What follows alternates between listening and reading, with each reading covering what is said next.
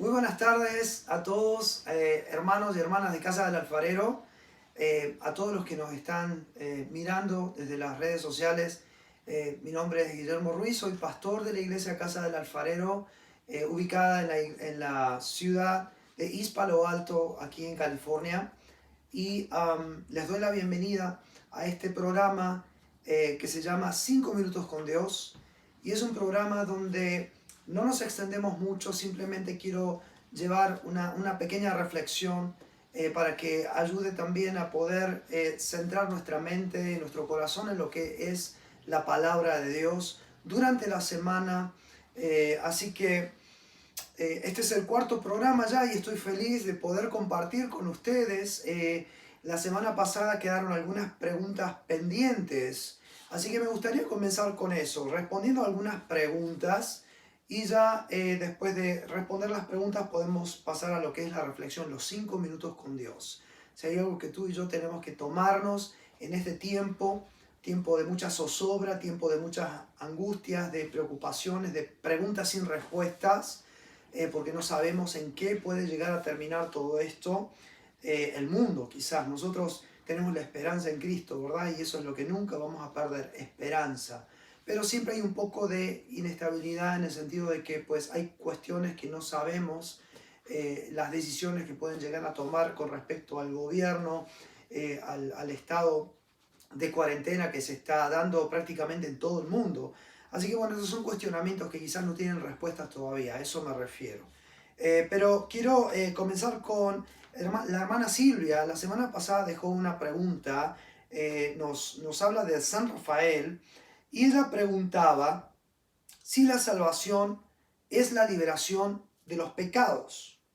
Entonces, tenemos que entender de que la salvación en las Escrituras habla, en primer lugar, de que la salvación es tomada como rescate de un peligro, ser rescatado de un peligro, de un daño o de la muerte. Y en otra forma también la habla la salvación como la renovación del espíritu del ser humano en su estado de pecado a un estado de pureza que nos da acceso a la presencia de Dios. Y para esto me gustaría que fuésemos al libro de Romanos capítulo 5. Romanos capítulo 5, rapidito. Espero que la hermanita Silvia tenga su Biblia y una lapicera para anotar los versículos, los libros y los versículos.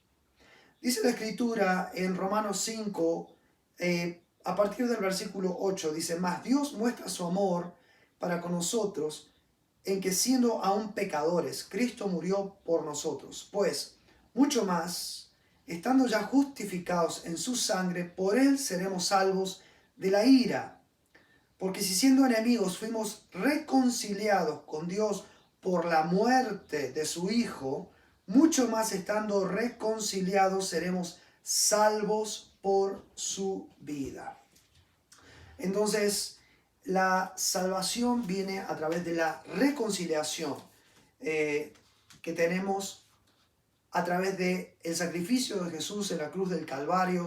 El haber resucitado nos garantiza esa reconciliación para con el Padre, ¿verdad? Estábamos perdidos en nuestros pecados. Y esta salvación es una salvación total, la que el Señor nos ofrece, pero integral. ¿Qué quiero decir con una salvación integral? Que abarca espíritu, alma y cuerpo. Cuando nosotros recibimos al Señor Jesús en nuestros corazones, no tan solo estamos recibiendo la reconciliación y la salvación que viene de parte de Dios como un regalo, como un don a través de Jesucristo en nuestro espíritu. Nuestro espíritu es renovado de tal forma de que antes, siendo enemigos por el pecado de Dios, ahora somos reconciliados, tenemos libre acceso ante el trono de Dios a través de nuestro espíritu, y nuestra alma también pasa a un estado de santidad. Y digo de santidad por el hecho de que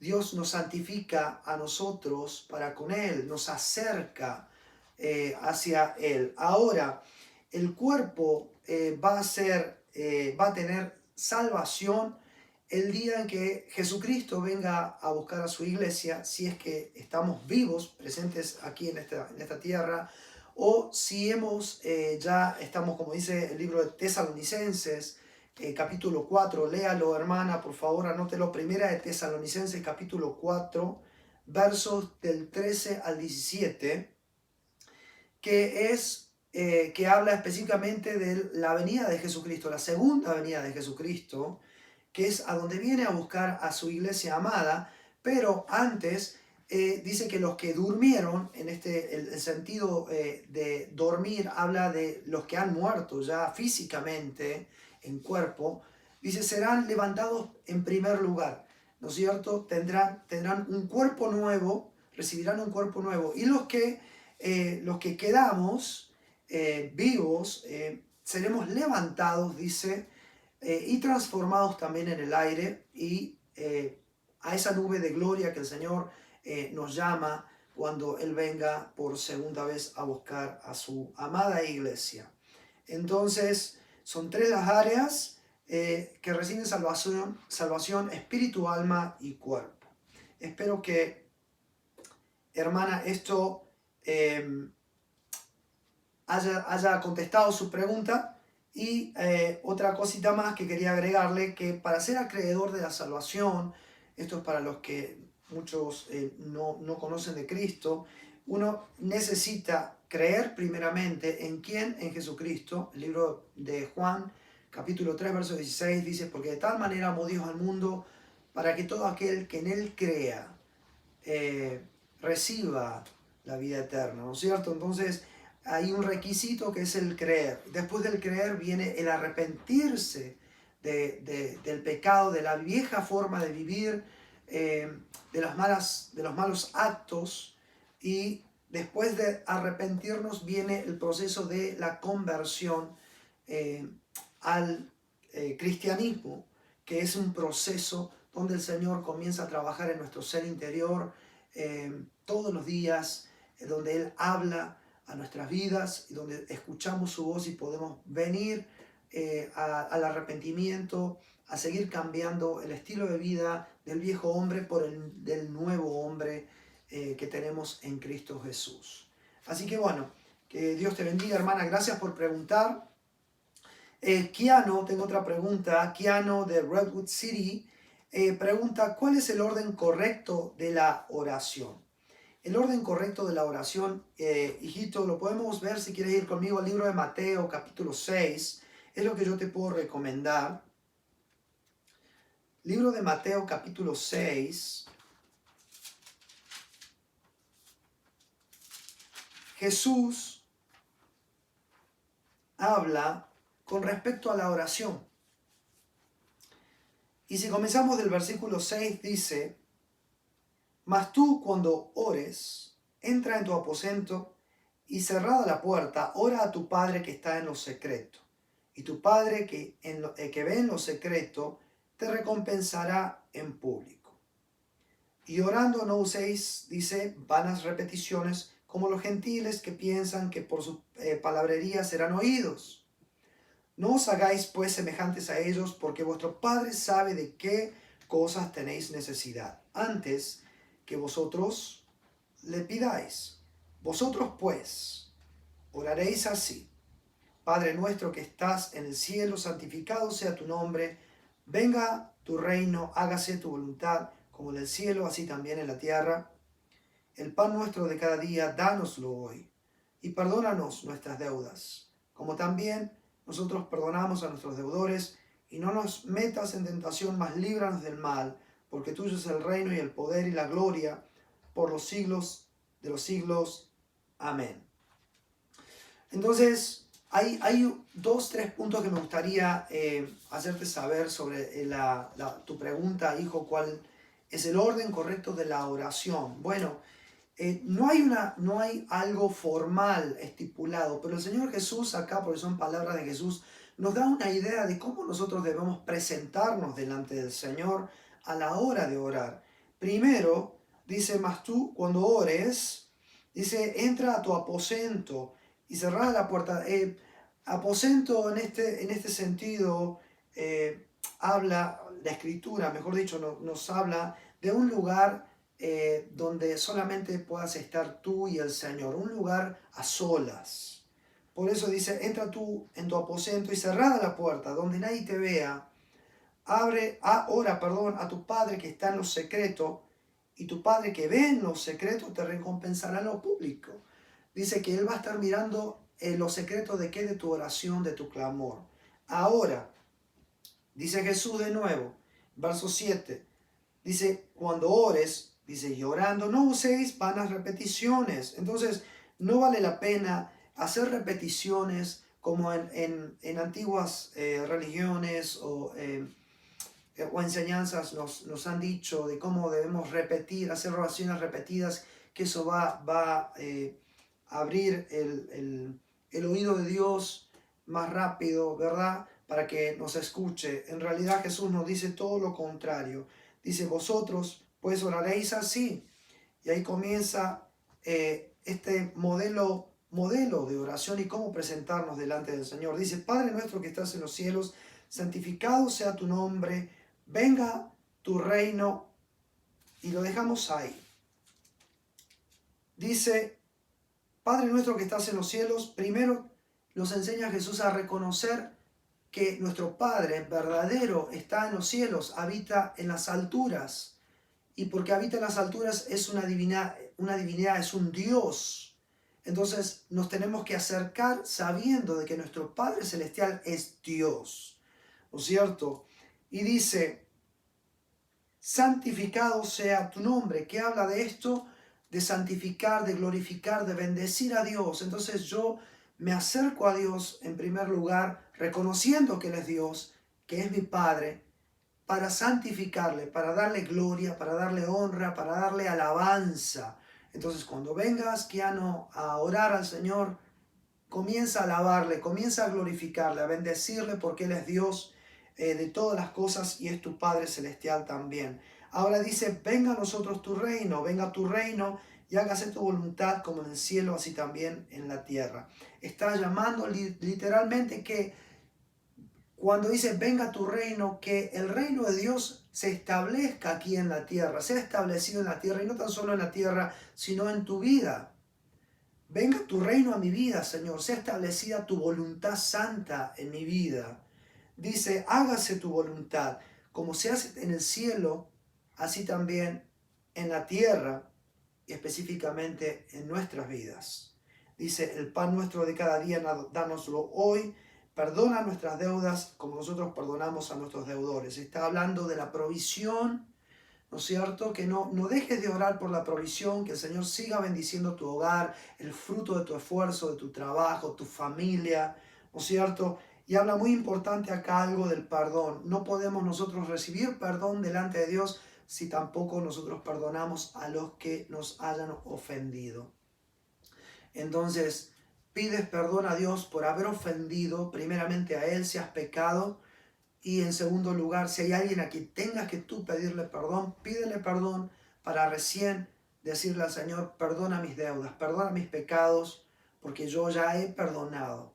Porque es un requisito, hijo, poder recibir perdón de parte de Dios para poder que Dios me dé a mí perdón, ese perdón que yo necesito. Tenemos que perdonar también, proceder a perdonar. Dice, no nos metas en tentación, mas líbranos del mal, porque tuyo es el reino, el poder y la gloria. Hablar de la tentación es decirle, Señor, ayúdame a lidiar con las tentaciones diarias, con esos problemas que te hacen caer en pecado, quizás, yo no sé si habrá tentación, pero para todos los que están mirando, Satanás es el padre de la mentira y es el encargado de traer tentación. Recordamos que hasta al mismo Jesús en el desierto fue tan atrevido de presentarse para tentarlo. Entonces, si lo hizo con Jesús, ¿qué no va a hacer con nosotros? ¿No es cierto? Entonces, tenemos que orar al Señor para que Él nos libre de la tentación que viene de Satanás y no caigamos en esa tentación que nos puede hacer pecar y alejarnos de nuestro Padre Celestial. Así que, bueno, Espero que esto explique un poco alguna forma de cómo presentarte delante de Dios para orar. Es un buen método. A mí me gusta aplicarlo porque me ayuda a reconocer cómo yo primero tengo que mirar a Dios como Padre, pero también como Dios, dándole gloria, alabanza, y después sigue lo que explica acá el mismo Jesús en el capítulo 6, a partir del versículo 6 también del libro de Mateo. Dios te bendiga, Kiano. Y una última pregunta, tengo dos más antes de seguir. Jessica de San Carlos preguntó la semana pasada qué es el ajenjo y qué es la saeta con respecto al capítulo 3 que había estado leyendo del libro de Lamentaciones. Bueno, el ajenjo, de acuerdo a lo que el libro de Lamentaciones capítulo 3 versículo 15 habla, dice: me llenó de amarguras, me embriagó de ajenjos. Entonces, el ajenjo es una planta, hermana Jessica, es una planta muy conocida en el Medio Oriente y de sabor muy amargo.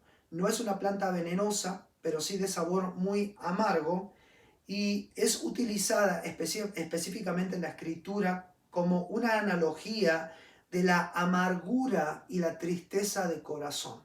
Entonces, si lees todo el capítulo de 3 de Lamentaciones, vas a entender un poquito el trasfondo de lo que está hablando el profeta Jeremías sobre el uso del ajenjo. Ahora, la saeta es ni más ni menos que una flecha. Entonces la Escritura también habla de la saeta y es aplicada como una flecha.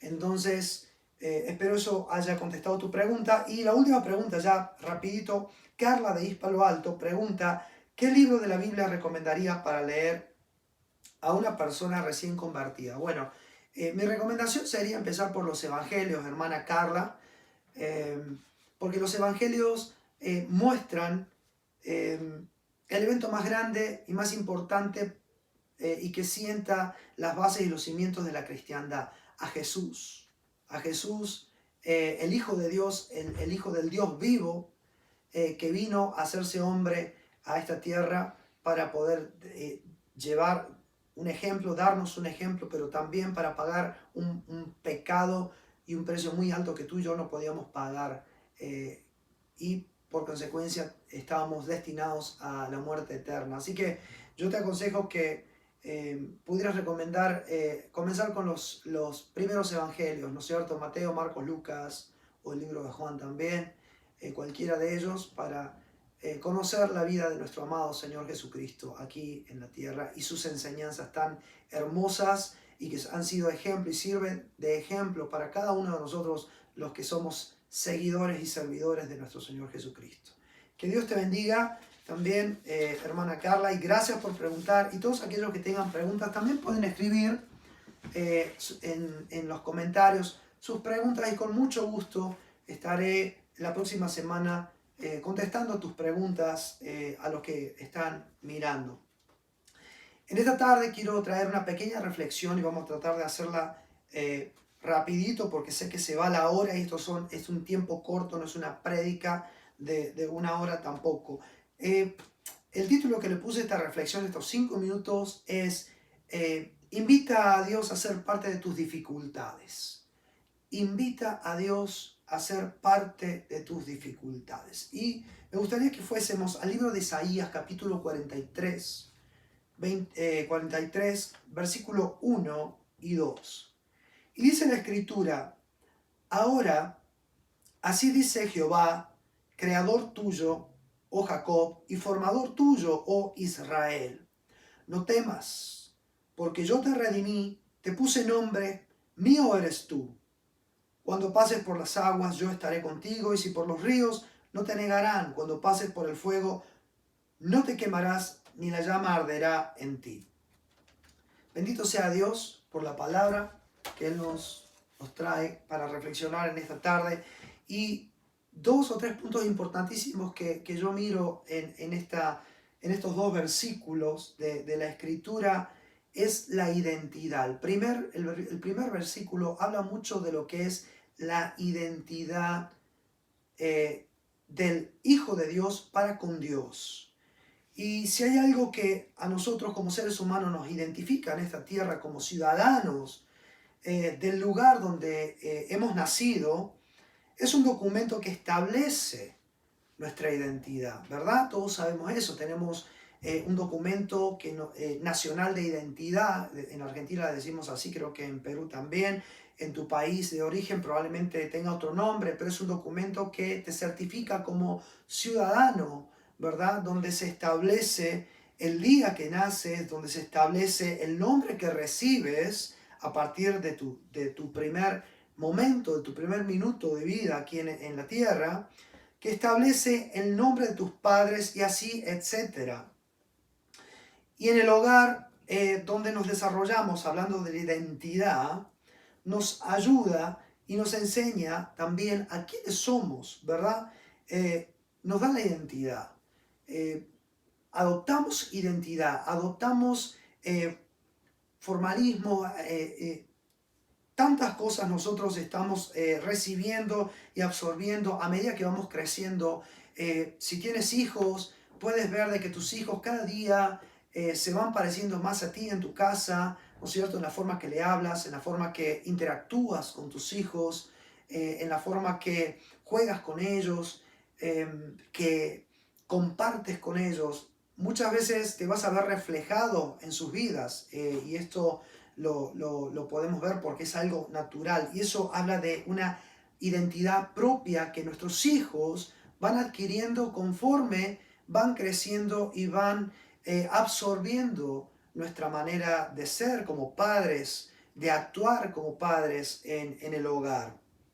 Y en la medida que crecemos, estas características son similares a nuestros padres e incluso nuestros hermanos, las familias que tienen varios hijos, entre los hermanos muchas veces están copiándose la forma de hablar, la forma de gesticular cosas, la forma de expresarse, ¿verdad? O de hacer las cosas. Aprendemos a llamar en nuestro hogar, donde ejercitamos la identidad, papá, mamá, a los adultos que nos han cuidado por tantos años, por tanto tiempo. Esa gente, esos adultos que nosotros llamamos papá, que nos han enseñado a hablar, que nos han enseñado a comer, que nos han enseñado a ejercitarnos en las buenas costumbres. Espero que puedas ejercitar a tus hijos siempre en las buenas costumbres y no las malas costumbres. Que también nos dieron una educación general, porque la educación, no pensemos que nuestros hijos la reciben en la escuela. Podemos recibir en la escuela mucha enseñanza, mucho adiestramiento intelectual, pero en general la educación se la damos nosotros, los padres, a los hijos, la buena educación.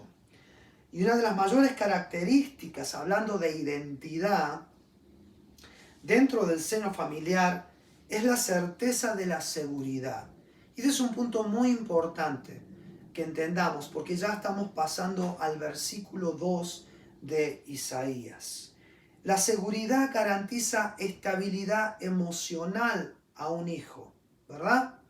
Cuando un hijo se siente seguro en el hogar, hay mucha paz en su corazón y hay estabilidad en su mente. Esto se llama de estabilidad emocional. Esta seguridad, valga la redundancia, asegura la identidad física también de la persona. ¿Por qué la integridad física? Porque cuando un niño también se siente seguro, sabe de que nada malo le va a ocurrir porque está papá, mamá para defenderlo. También esta seguridad garantiza el poder vivir y seguir desarrollándose en el mismo lugar que por lo general llamamos hogar. Vuelvo y repito, esta certeza de seguridad garantiza de que el niño pueda vivir y seguir desarrollándose dentro del hogar, dentro de la casa, que es lo que se llama hogar, home, ¿verdad? Esto también esta seguridad es lo que podemos llamar el ADN del hogar. El ADN del hogar. El versículo 1, volviendo, nos invita a reconocer nuestra identidad de nuestro Padre Celestial. Ya para ir terminando, ¿quiénes somos? ¿Quién eres tú, hermano, hermana? Somos del Señor. El Señor mismo nos dice en el verso 1, yo te he creado, yo te he dado forma, yo te he puesto un nombre, mío eres tú, dice el Señor. Entonces, si somos de Dios, podemos decir también que tenemos el ADN de Dios. ¿Qué significa esto? Que esto nos va a dar una identidad, no ya tan solo del hogar aquí en esta tierra que hemos recibido por parte de nuestros padres terrenales, sino una identidad celestial, porque tenemos un Padre celestial y la mayor identidad que podemos recibir viene de Dios, porque somos suyos. Si hay algo que tenemos que entender, los padres, que nuestros hijos no son nuestros, son de Dios, son prestados. Salmo 127.3, léelo también. Dice de que herencia de Jehová son los hijos. Y eso significa que esa herencia es un préstamo que Dios nos ha dado. Por lo tanto, nuestros hijos son de Dios y por lo tanto también tienen el ADN, la identidad de Dios. Él nos escogió, Él nos dio un nombre, suyos somos. Podemos saber que la identidad de nuestro Padre son sus cuidados, parte de esa identidad van a ser transmitidas a nuestras vidas. Podemos tener la confianza de que nuestro Padre Celestial va a garantizar la seguridad que nosotros tenemos que tener para poder seguir caminando en este valle que estamos caminando en estos días, hermanos. Si tú no has aprendido o no sabes que tienes una identidad de parte de Dios, tienes que aprenderla a partir de hoy, porque eso es lo que te va a garantizar tener la certeza de que aunque camines, aunque te tropieces, aunque tengas dificultades, hoy Dios te puede ayudar porque eres suyo, le perteneces, eres propiedad de Dios. Amigo, amiga que nos escuchas. El versículo 2, a partir de esta seguridad y de la garantía que tenemos en nuestro amado Señor Jesucristo, el Señor nos asegura que estará no tan solo en los buenos momentos, sino en los momentos no tan buenos, en los momentos de dificultades. Acá dice, cuando pases por las aguas, yo estaré contigo. Cuando pases por el fuego, no te quemarás. Dice nuestro Padre que está en el cielo. No te dice, te voy a librar de tus problemas, te voy a librar del agua, te voy a librar del fuego. No, hermano, no dice eso. El Señor no te está diciendo, te voy a librar de tu enfermedad, de tus problemas económicos, de tu falta de trabajo. Tú puedes seguir con la lista de problemas. Yo no las conozco, pero tu Padre Celestial las conoce. Él nos dice hoy, yo estaré contigo para ayudarte a caminar a través de tu dificultad, para que puedas salir de tus problemas. El Señor quiere hoy ser parte de tus preocupaciones. Déjame decirte, el primer versículo es básico para que entiendas tu identidad, para que cuando pases a leer el segundo versículo de este capítulo 43 de Isaías, puedas entender que no estás solo, que cuando el agua te esté llegando al cuello, que ya no sepas a dónde dirigirte, a quién recurrir, puedas acordarte que el Señor te dice, yo te formé desde el vientre de tu madre, yo te di forma, yo te puse un nombre, mío eres tú. Y cuando tú recuerdes eso, puedas decir, bueno, Padre, yo en este momento necesito tu ayuda, necesito saber que estoy acompañado, que tú estás conmigo. Y tú puedas clamar de esa forma a Dios y entender de que Él está. No para librarte quizás porque lo que estés pasando tenga un propósito de parte de Dios, que tengas que cruzar el problema que estás atravesando para que puedas entender de que en Dios tenemos victoria y que hay propósitos para todas las cosas que nos ocurren en la vida. Pero si hay algo que quiero que tengas en mente hoy, hermano, con esta lectura bíblica, es de que Dios hoy te invita a que puedas hacer parte de tu vida al Señor, que puedas comunicarle tus problemas, aunque Él ya los conoce, pero Él quiere que tú te acerques a Él confiadamente, sabiendo que eres hijo, y porque eres hijo, eres heredero de muchas cosas, muchas mejores de las que estás teniendo hoy o estás viviendo hoy, hermano. Entonces, quisieras invitar al Señor a ser participante de lo que estás viviendo, de tus vivencias, de tu diario vivir.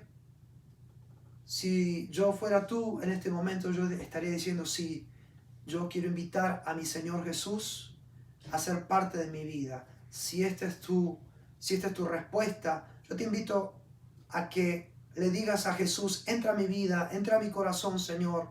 Reconozco que soy pecador, reconozco que he pecado, Señor. Te pido perdón por mis pecados. Sé que viniste a esta tierra, Jesús, moriste por mí, resucitaste y hoy puedo ser salvo porque tú me das la salvación. Recibe la salvación de Jesús en esta tarde y recibe también la paternidad de nuestro Padre Celestial. Eres hijo de Dios si has hecho esta oración, si le pides al Señor que entre a tu vida, y te aseguro que a partir de hoy como hijo vivirás una vida mucho mejor y más tranquila. Tendrás seguridad y tendrás paz a la hora de enfrentar tus problemas. Que Dios te bendiga rica y abundantemente, hermano, hermana, y todos los que están escuchando. Espero verlos el próximo martes a las 6 de la tarde en esto que es 5 minutos con Dios, y mis oraciones van contigo a partir de hoy. Que Dios te bendiga. Chao.